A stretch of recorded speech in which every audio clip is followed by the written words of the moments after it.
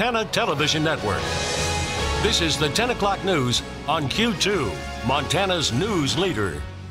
Good evening and thanks for joining us tonight. I'm Jay Kohn. Janelle is off tonight. More rain and melting snow adding to the flooding woes across western Montana tonight with little relief in sight. Evacuation orders remain in effect this evening in several neighborhoods near Missoula as swollen rivers and streams continue to take a toll. Across Missoula County, families anxiously wait for a knock on their door and the order to evacuate. As of yesterday, as many as 60 Missoula area homes were placed under mandatory evacuation, but nearly 1,000 homes are considered in danger of the floodwaters. The Clark Fork River expected to crest sometime between this evening and Friday afternoon at 13.5 feet, which is classified as major flooding. The Army Corps of Engineers was out checking on the county's levee system this week and has expressed confidence the levees will be able to hold up against the rising waters. Meanwhile, north of Helena, officials in Lincoln are keeping a close eye there on the Blackfoot River, where water levels are approaching flood stage. Already the high water there has compromised several culverts, and officials say conditions are getting worse by the minute. Volunteers are scrambling to fill thousands of sandbags in a race against time. Authorities say their top concern, the many elderly and disabled people who are now trapped inside their homes by the rising water. On to the weather scene here in Billings tonight, Bob. Some scary looking clouds moving through the Yellowstone Valley and more rain falling right now. That's right. Another wave of moisture moving in, some more showers. And because of that, we're having issues here in our neck of the woods. Flood watch for the Shields River out there by Livingston. As you see, the reported stage was at 5.3. Flood stage is 5.5 feet. It's forecast to go to 5.7, and we could get some minor flooding as soon as Saturday about noontime. In the meantime, let's take a look at the Doppler radar. This is a 3D Doppler, and you can see the showers and thunderstorms moving through. The first wave produced some hail, in some cases up to like silver dollar size hail, but now another wave of moisture is moving in tonight. This looks like most of the hail is dying down. The storm itself is starting to fall apart, so we just have some moderate to heavy rainfall moving in. But in the meantime, you'll notice that's one wave of moisture moving in. There's another one behind that. Still one more wave of moisture out here for the weekend, so that'll produce some more scattered showers in here as well. And so here's what the Weather Service is saying. We'll see here in the Billings area by Saturday night we could be picking up maybe 7/10 of an inch of rainfall, and then maybe again more on Sunday. We'll have more about that in a few more minutes. Jay? All right. Thank you, Bob. 3 American prisoners detained in North Korea for months are on their way home. The trio is scheduled to land early Thursday morning at Joint Base Andrews in Maryland. Kenneth Craig has the latest for us tonight from Washington. 2 planes carrying 3 freed Americans touched down in Anchorage to refuel late Wednesday ahead of a long-awaited homecoming at Joint Base Andrews. It'll be quite a scene. President Trump is set to greet Tony Kim, Kim Dong-chul, and Kim Hak-song when they arrive. In a statement, the men thank the president, along with their family and friends, for praying for their return. Nobody thought this was going to happen, and I appreciate Kim Jong-un doing this and allowing them to go. Secretary of State Mike Pompeo, who helped secure their release in North Korea, met with North Korean leader Kim Jong-un for about 90 minutes. Officials say the trio, detained in the country between 2015 to 2017 for spying and hostile acts, appear to be in good health. The apparent goodwill gesture sets the stage for an upcoming nuclear summit between Mr. Trump and Kim. We've picked a time, we've picked a place for the meeting. White House Press Secretary Sarah Huckabee Sanders credited the U.S.'s maximum pressure campaign for the breakthrough. The president has also been very clear that some of that success is due to our allies and our partners, particularly both President Moon, Prime Minister Abe, and President Xi. Sources tell CBS News that officials are now planning for the summit to occur in Singapore. Kenneth Craig, CBS News, the White House. 2 developments today that could impact our region's coal industry. First, word out of Washington, D.C. that Energy Secretary Rick Perry is looking into using a Cold War-era law to prop up struggling coal and nuclear plants. Appearing for the House Science Committee today, Perry said he's looking closely at the Defense Production Act as a way to secure the nation's energy grid. That 68-year-old law passed back in the midst of the Korean War and gives the government broad latitude to nationalize private industry in the name of security. Now, according to The Hill, Perry told the committee today that keeping plants online, able to deliver energy in an emergency, is critical to the national security of the country.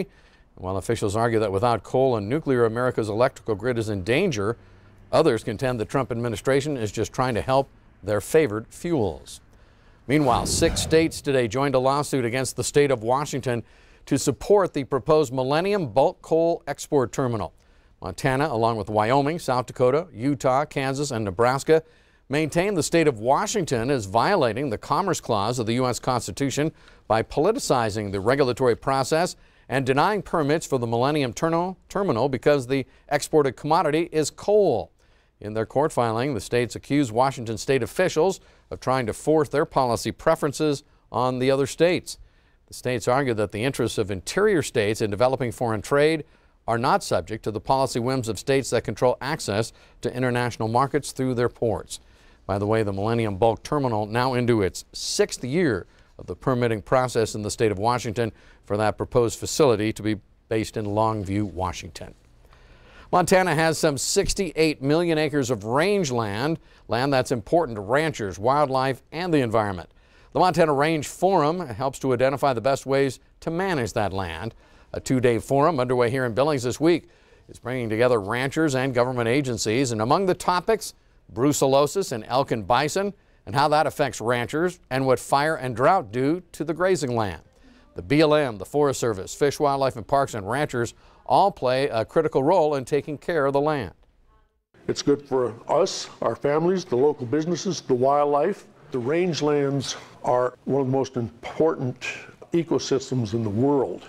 And if we're doing it right, our grasses are healthy and our organisms are healthy and we're in a sustainable environment. And we have that capability. We can do that. That 2-day Montana Range Forum wraps up tomorrow with several presentations scheduled about sage grouse.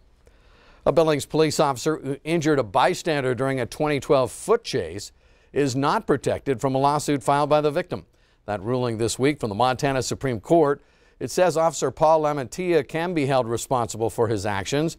Lamantia lost his flashlight while pursuing a suspect on the night in question. The plaintiff in the case, Robert Bassett, went outside to investigate what the commotion was all about and at the time was mistakenly tackled by Lamantia. Bassett suffered a torn rotator cuff in the process. A federal judge had previously dismissed the case, agreeing with the city of Billings that Lamantia was protected by Montana's public duty doctrine.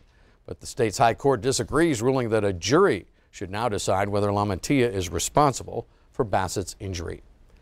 The state of Montana is featured in more than 180 different film productions, stretching from documentaries and TV series to short and feature-length films. And this summer, be watching for the state as the backdrop for a new television series that stars Kevin Costner.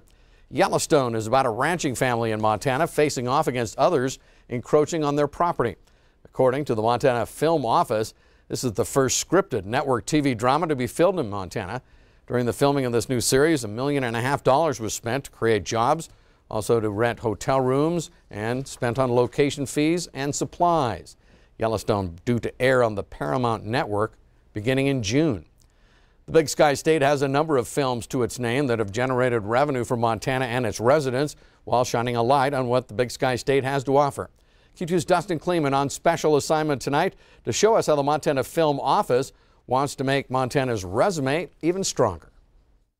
Filming here in Montana generates the state about $10 to $15 million each year. The Montana Film Office estimates that tourism, because of film, think like a river runs through it, generates the state up to $92 million each year. And with wide open spaces and beautiful vistas, it's hard to argue against Montana being the backdrop for your film.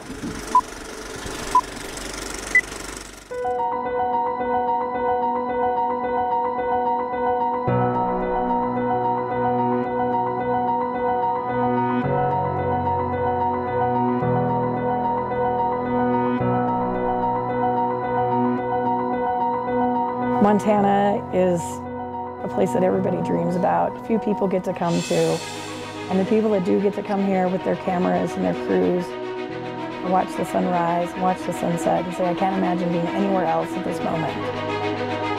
And those moments, when they go out to the audience, are moments you get to participate in. And that is everything that you want for your audience. You want to bring them to that place where they feel the beauty and the love and the value coming out of those locations. And if we can be that for that audience, that's what I want to bring to every producer.